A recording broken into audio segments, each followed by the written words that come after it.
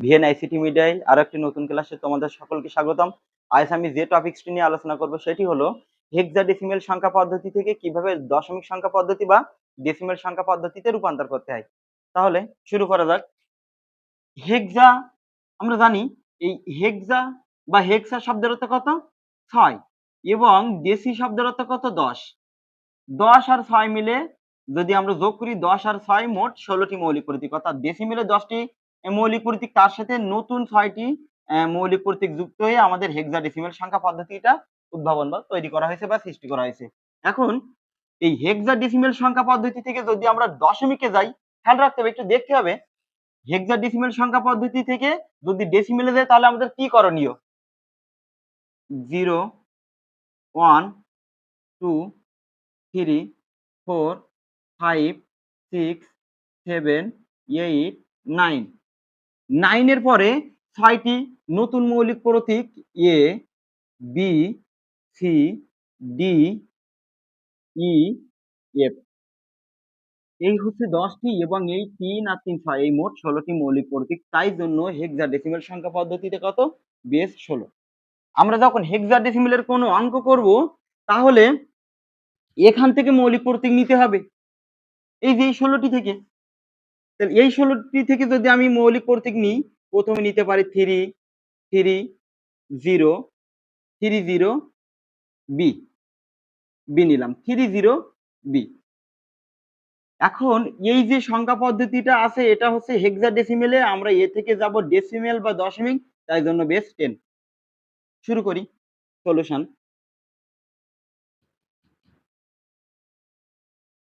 এদিকে লক্ষ্য রাখতে হবে হেক্সাডেসিমেল মৌলিক প্রতীক এদেরকে কি করতে হবে, এর যে এই বেস, আমি তোমাদের একটা কথা বলছি অঙ্ক করানোর সময়, যে আমরা যে কোনো পদ্ধতি থেকে যদি আমরা ডেসিমেল বা দশমিকে যাই তাহলে এর যে এই বেস থাকবে, এই বেস দিয়ে যে অঙ্ক হেক্সাডেসিমেলে, তাহলে এগুলো হেক্সাডেসিমেলের মৌলিক প্রতীক। যদি অক্টালে, তাহলে এগুলো অক্টালের মৌলিক প্রতীক থাকবে। তো হেক্সাডেসিমেল থেকে যেহেতু দশমিকে যাচ্ছি, হেক্সাডেসিমেলের এই মৌলিক প্রতীকগুলোকে এর এই বেস দিয়ে কি করতে হবে? গুণ। তাহলে গুণ করি 3 ইন্টু 16, 0 ইন্টু 16, বি ইন্টু, এখানে বিটা বসালাম, বি ইন্টু 16।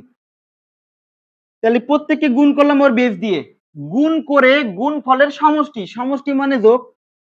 এখন আমাদের এদের প্রত্যেকটা এই যে বেজের যে বেস দিয়ে গুণ করছি এদের পজিশনাল পাওয়ার দিতে হবে। আমরা জানি ডান দিক থেকে বিস্তারিত বলছিলাম যেদিন বাইনারি থেকে দশমিকে করছিলাম, ওই ক্লাসে আমি যাবতীয় বিস্তারিত আলোচনা করছিলাম। তো কি করব, ডান দিক থেকে এর পাওয়ার 0, এটা 1 2। তো হেক্সাডেসিমেল মৌলিক প্রতীকগুলোকে তাহলে কি করছি, এর বেস দিয়ে গুণ করছি, গুণ করে গুণফলের সমষ্টি ডান দিক থেকে 0 পূর্ণ সংখ্যার ক্ষেত্রে, এটা পূর্ণ সংখ্যা, এখানে কোনো রেডিক্স পয়েন্ট নাই। তো পূর্ণ সংখ্যার ক্ষেত্রে ডান দিক থেকে 0 1 2, যদি আরো থাকতো 3 4 5 এমনি করে। তো গুণ করি 3 ইন্টু 16 টু দি পাওয়ার 2, মানে এই 16 দুইবার, এই যে 16 এর পাওয়ার 2, মানে 16 গুণ 16, আর 16 16 যদি গুণ করা হয় তাহলে 256, মানে 256। তাহলে 16কে যদি দুইবার গুণ করি 256 plus 0 into 16 to the power 1, মানে 16 একে 16 প্লাস, একটু লক্ষ্য রাখতে হবে এই জায়গাটা, এই জায়গাটা মোস্ট ইম্পর্টেন্ট, যে বি, আমরা বিটাকে এখানে 11 ধরিনি, 11 ধরিনি, কারণ এখানে কেন ধরিনি, আমরা ডেসিমেলে যখন গণনা করি, মানে দশমিকে যখন গণনা করি, তো আমরা জানি 0 থেকে শুরু হয়ে 9 পর্যন্ত যায়, তারপরে 10 11 12 13 14 15 16 17 18 19 20 21 22 এমনি করে গণনা করতে হয়। আমরা এভাবে গণনা করি আমাদের দৈনন্দিন জীবনে, কারণ এই ডেসিমেল বা দশমিক সংখ্যা পদ্ধতি এটা মানুষ ব্যবহার করে তাদের দৈনন্দিন জীবনে। সুতরাং আমরা এটা নিয়ে যাচ্ছি কোথায়? ডেসিমেলে। তো ডেসিমেলে যখন নিয়ে যাচ্ছি তখন এই 9 এর পরবর্তী মান যদি ডেসিমেলে গুনি, তাহলে 9 এর পরবর্তী মান এ, তাহলে 9 এর পরবর্তী মান যদি ইয়ে হয় তাহলে 9 এর এই এর ক্রমিক মান 10। তার মানে এই না যে এর ভিতরে কোনো 10 আছে ওই হেক্সাডেসিমেল সংখ্যা পদ্ধতিতে নাই, একটু বুঝতে হবে এই জায়গাটা।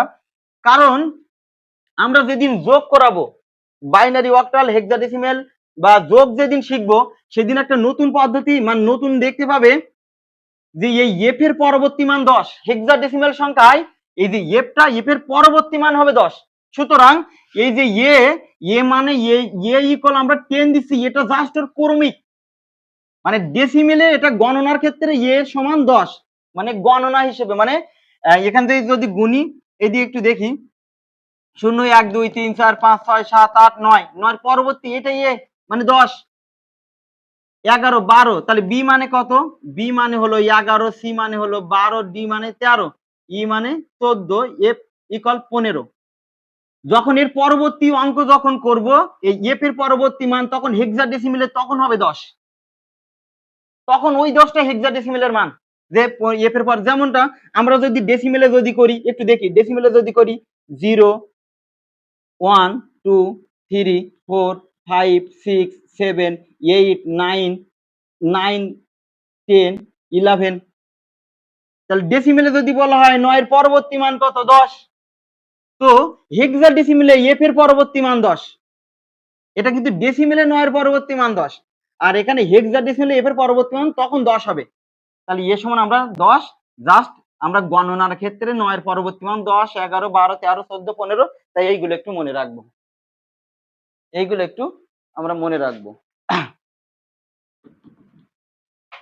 তো কি বললাম বি ইকুয়াল 11 ইন্টু কোন চলকের বা কোন ডিজিটের পাওয়ার যদি 0 থাকে তাহলে তার মান 1, তাহলে 16 টু দি পাওয়ার 0 ইকুয়াল কি? তাহলে এর মানটা 1। এবার যদি গুণ করি 256 ইন্টু 3 3 6 18 8 হাতে হলো 1 3 এ 5 15 আর 1 16 16 6 হাতে হলো 1 3 দুগুণ 6 আর 1 7 7 6 8 প্লাস 0 এর সাথে যদি 16 যদি গুণ করা হয় তাহলে 0 হবে প্লাস 11 এর সাথে যদি 1 যদি গুণ করি মানে 11 1 কে কত 11। এইগুলো যদি সম্পূর্ণ আমরা ক্যালকুলেটর ক্লিক করে যদি আমরা যোগ করি 8 আর 1 9 6 আর 1 7 এবং 7 করতে 7, সুতরাং এর ডেসিমেল উত্তর হলো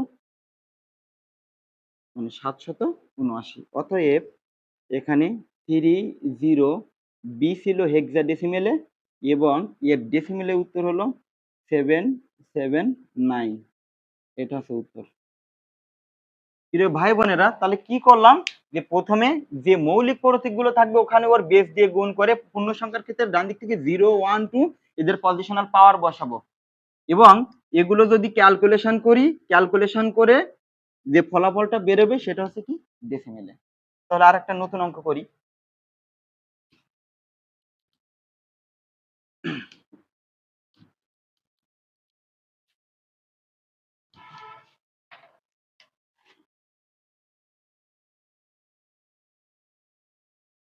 এখানে একটা সংখ্যা বসালাম বা একটা অঙ্ক বসালাম A205, এটা হেক্সাডেসিমেলে এ থেকে আমরা যেখানে যাব সেটি হলো ডেসিমেল। এই অঙ্কটার ক্ষেত্রে যখন আমরা ডেসিমেলে যাব তাহলে কি করব এই প্রত্যেকটা মৌলিক প্রতীককে কি করব এর বেস দিয়ে গুণ, তাহলে a ইন্টু 16 একেবারে প্লাস আমি দিয়ে দিই plus 2 into 16 plus 0 into 0 into 16 plus 5 into 16। তো যেহেতু সবগুলো পূর্ণ সংখ্যা তাহলে পূর্ণ সংখ্যার ক্ষেত্রে আমাদের করণীয় কি ডান দিক থেকে এদের পাওয়ার 0, এটা 1 এটা 2 এটা 3, পাওয়ার বসালাম ক্যালকুলেশন করি ইকুয়াল তাহলে এ মানে কত জানলাম এ মানে হলো 10, এই যে 9 এর পরবর্তী এর মান 10 10 ইন্টু 16 তিনবার গুণ অর্থাৎ এই 16 to the power 3 equal 16 into 16 into 16, তাহলে 16 16 256 256 কে যদি 16 দিয়ে গুণ করি তাহলে 4096 4096 প্লাস 2 ইন্টু 16 টু দি পাওয়ার 2 অর্থাৎ 16 দুইবার গুণ 16 যদি দুইবার গুণ করি 256 plus 0 into 16 to the power 1 অর্থাৎ 16 একে কত 16 প্লাস 5 ইন্টু 16 অর্থাৎ আমরা জানি এই সংখ্যার পাওয়ার যেহেতু 0 তাহলে এর মানটা হবে কি 1। 4096 কে যদি আমরা 10 দিয়ে গুণ করি নিঃসন্দেহে আমরা জানি এই শূন্যটা এর পাশে বসে যায়, অর্থাৎ 40960 প্লাস 256 কে যদি 2 দিয়ে যদি গুণ করি তাহলে এর উত্তর হবে 512, মানে গুণ করে যেটা বেরোবে 512 প্লাস শূন্যের সাথে যদি আমরা 16টা যদি গুণ করি তাহলে হবে কি শূন্য, আমরা জানি শূন্যের সাথে যা গুণ করবে সব শূন্য হবে, প্লাস 5 × 1 অর্থাৎ 5 একে কত 5। এগুলো যদি আমরা যোগ করি ক্যালকুলেটরে ফেলিয়ে 5 আর 2 5 আর 2 7 1 1 6 আর 1 7 5 5 9 আর 5 14 4 হাতে হলো 1 একটা এখানে বসে গেল 4 করতে 4, অর্থাৎ আমরা এইটা যদি সম্পূর্ণ ক্যালকুলেটরে যদি ক্লিক করি আমাদের উত্তর আসবে 41,677। এটা হচ্ছে ডেসিমেলে। আমাদের অঙ্কটা ছিল A205, এটা হেক্সাডেসিমেলে এবং এর সমকক্ষ ডেসিমাল মান বের হলো আমাদের 40,477। এটা ডেসিমেল, এটা হচ্ছে আমাদের উত্তর। তো ভাই বোনেরা এই অঙ্কটা যদি বুঝে থাকো তাহলে আমি দুইটা অঙ্ক দেব পূর্ণ সংখ্যার ক্ষেত্রে, জাস্ট পূর্ণ সংখ্যার ক্ষেত্রে, এরপরে আমি একই ভিডিওতে পেয়ে যাবে যদি এর ভিতরে রেডিক্স পয়েন্ট হয় সেটা কিভাবে করতে হবে। তো আমার এই দুইটা অঙ্ক যদি বুঝে থাকো তাহলে তোমরা এই অঙ্কটা এই দুইটা অঙ্ক একটু আমাকে করে দেবে, এই দুইটা অঙ্ক একটু করে আমার কমেন্টে উত্তরটা জানাবে। রেডিক্স পয়েন্ট যদি না থাকে সেই ক্ষেত্রে তাহলে কি অঙ্ক দুটো একটু দেখি। বিএ বিএ বাবা, তাহলে এটা হচ্ছে হেক্সাডেসিমেলে, এর থেকে আমরা যাব কোথায়, এর থেকে আমরা যাব কোথায় ডেসিমেলে বাবা। এবং আরেকটা অঙ্ক হলো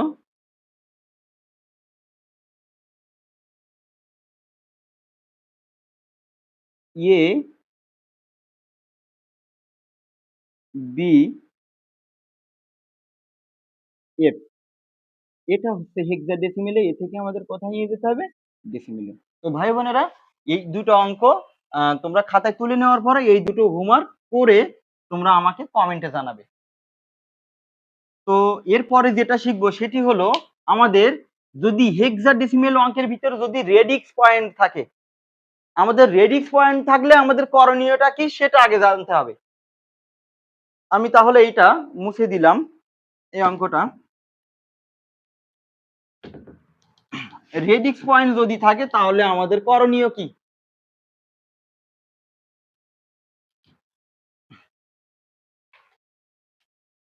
রেডিক্স পয়েন্ট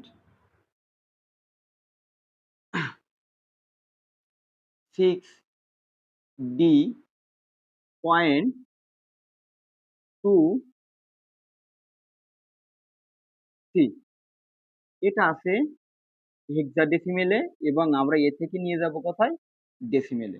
অঙ্কটা হলো 6D.2C।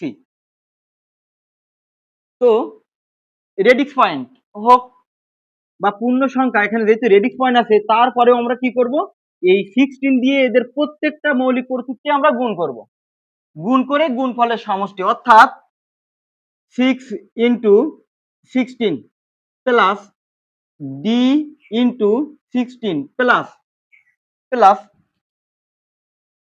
2 × 16 plus C × 16। তাহলে প্রত্যেকের সাথে আমরা এই বেস দিয়ে গুণ করে গুণফলের সমষ্টি করে নিলাম। তো এবার করণীয় কি, আমাদের পজিশনাল পাওয়ার বসানো।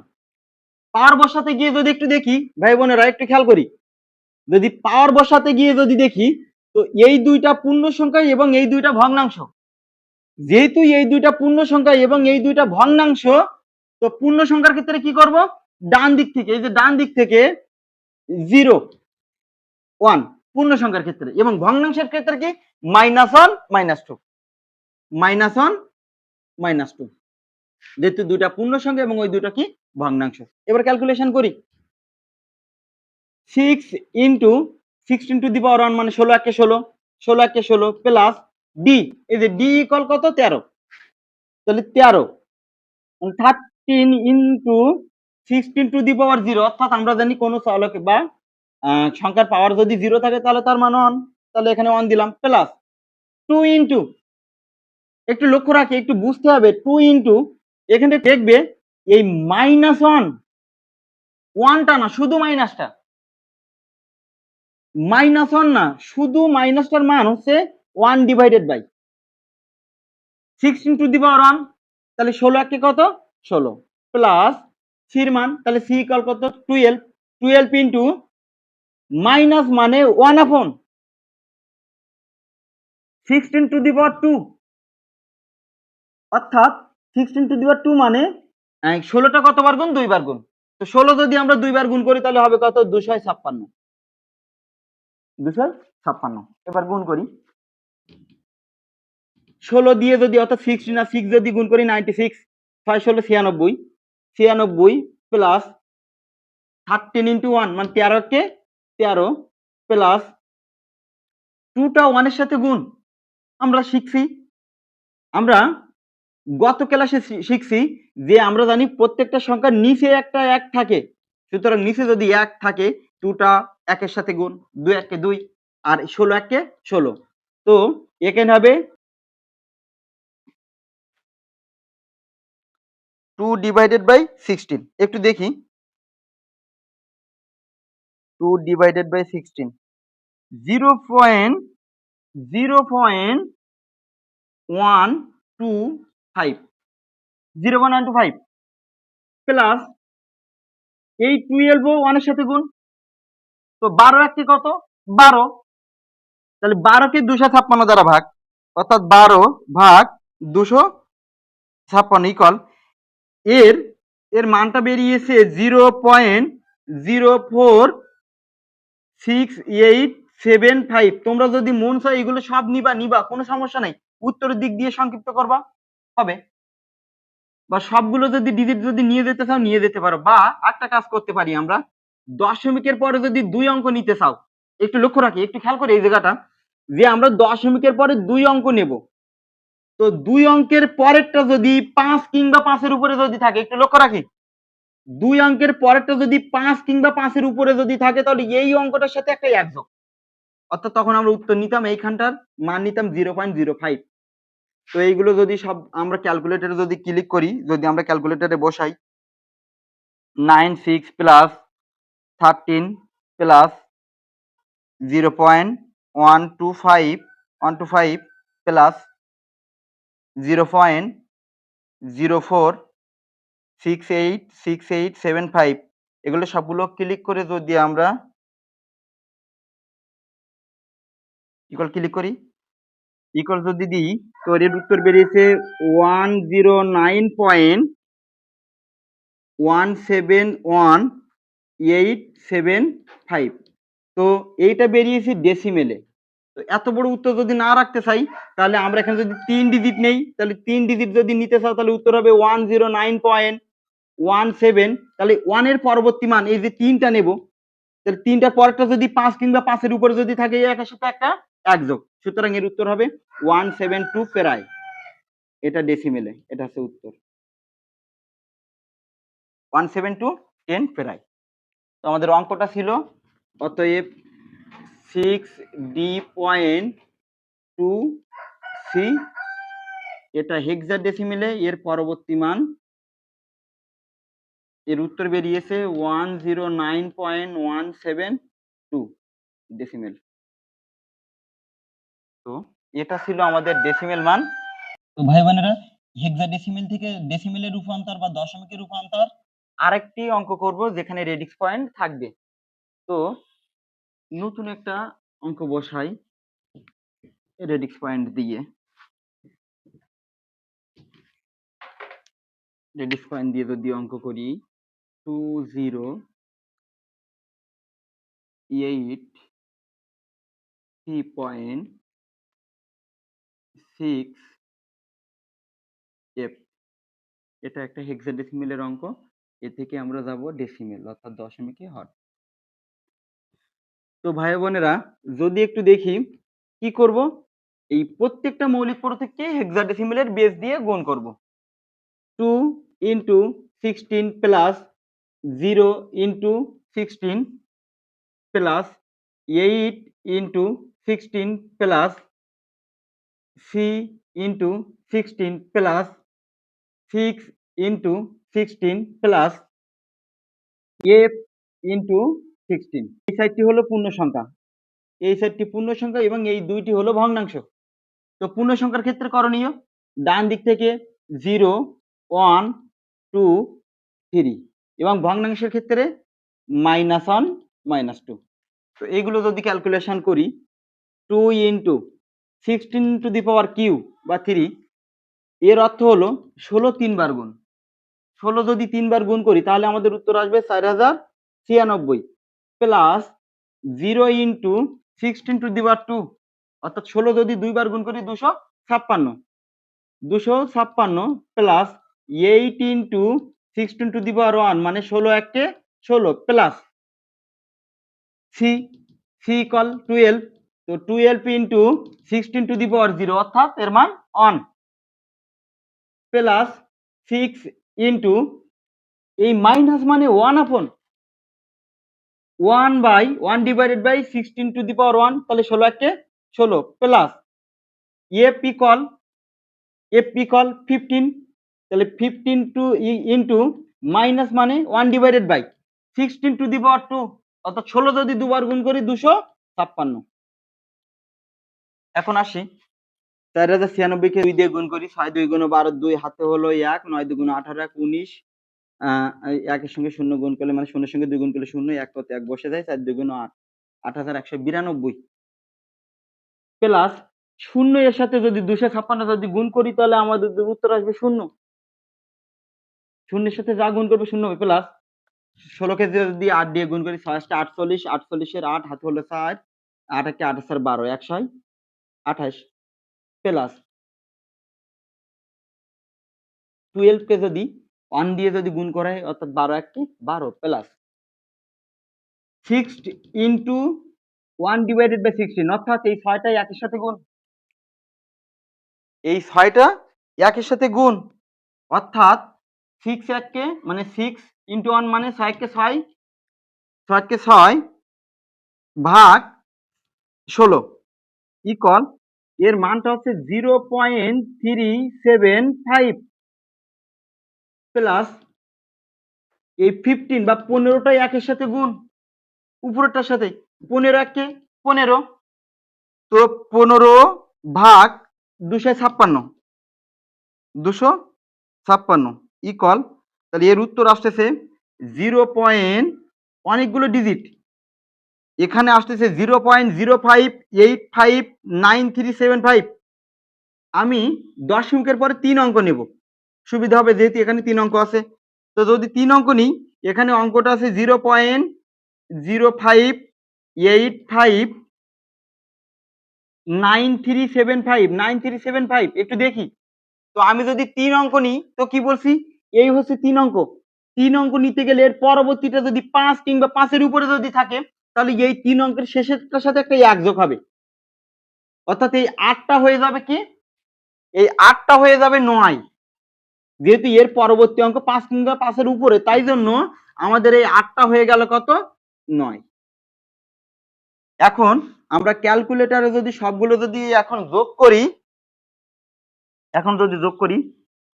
8192 যোগ 0 বসানো লাগবে না 128 যোগ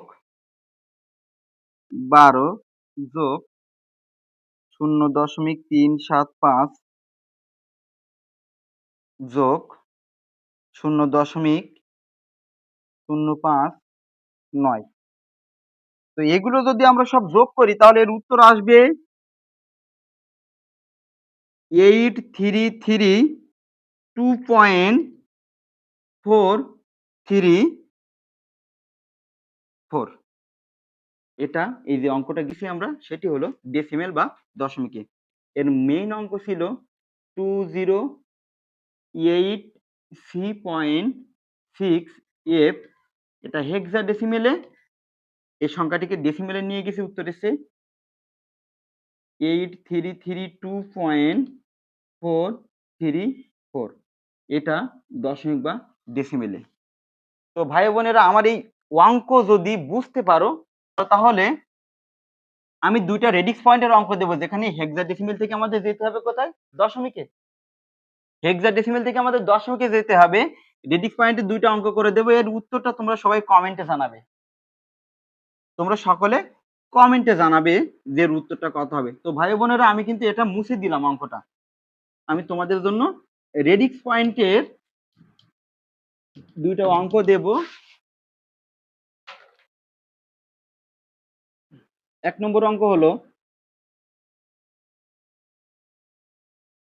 6b 2.064 হেক্সাডেসিমেল থেকে দশমিক। এবং 2 নম্বর অঙ্ক হলো